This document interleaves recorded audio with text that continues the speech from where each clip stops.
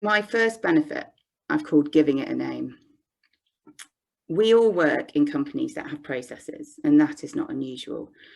With employers, such as local authorities, where the scope of their activities is so diverse, there becomes definitions and terminologies that could be specific to departments. It might be that terms will be adopted across the business.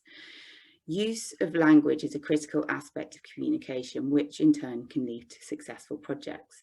And without having standard and consistent terms, this can sometimes be lost. So what is a project and what is project management? The APM definition of a project is a unique and transient endeavour undertaken to bring about change and to achieve planned objectives. It is unique because it hasn't been done before, and it is transient because time can be applied to it. So there is a start date and an expected finish date.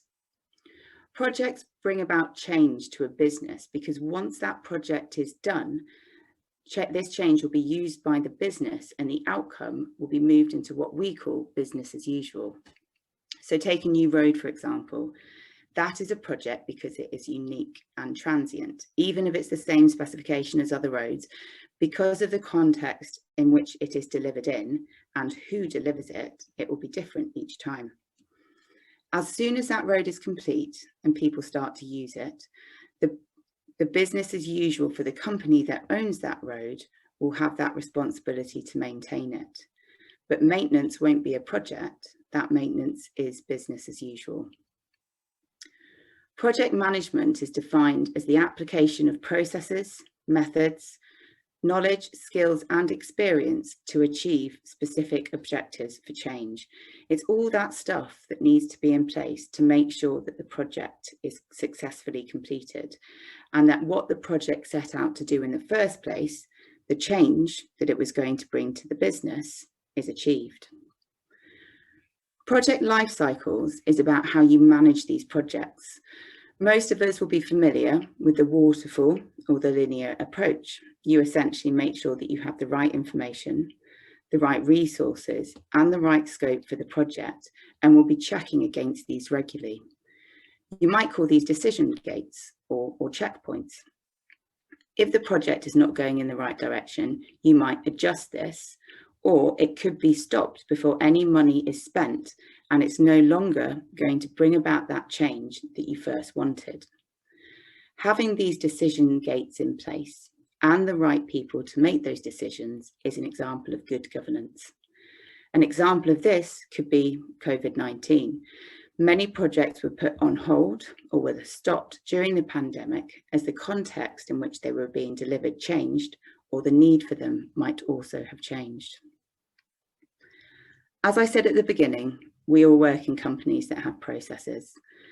Understanding more about whether the processes that you are using are the right ones for your business and how these processes are supported by your people and technology will allow you to better approach projects. Textbook APM thinking on the types of approaches that might help and understand any opportunities available will be of benefit for the apprentice to learn about and for your team as well. Adjusting your approach to delivering projects could benefit from a portfolio, program, and project setup, and highlighting where business as usual sits and successful practices to incorporate new change will embed project benefits quicker. Resources fall into three main categories: people, material, and equipment. Knowing your people and the skill sets they have is crucially important to any business.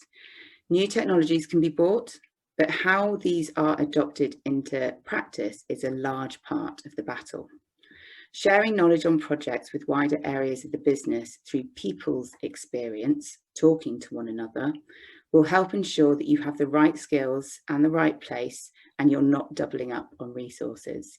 And this will also link to continual improvement.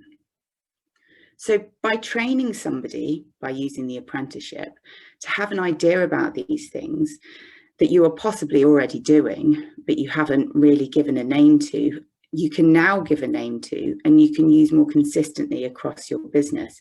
And this will allow the learning cycle to start. This is when, if you look at the infographic on the slide, you move from that awareness part into that learning, and then finally into something that might come more as second nature to you.